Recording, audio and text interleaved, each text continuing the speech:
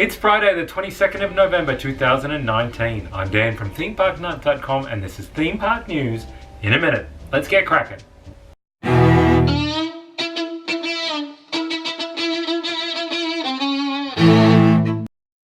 And the timer starts. Now, the annual IAAPA Expo kicked off in Orlando this week, showcasing some of the great new technology coming to the themed entertainment industry.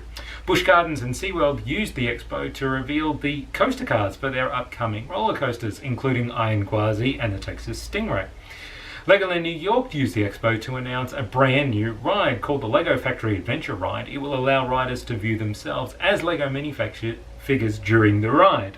The Thea Awards were also presented during the expo, with winners including Warner Bros. World Abu Dhabi, Hagrid's Magical Creatures Motorbike Adventure, and Popcorn's Revenge.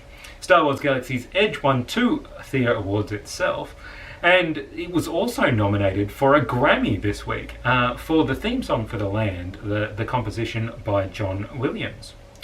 Disney has shown off rehearsals for their new Cirque du Soleil show for Disney Springs. The new menu for Epcot's International Festival of the Holiday has been released, including a sushi tree in Japan, which is pretty cool.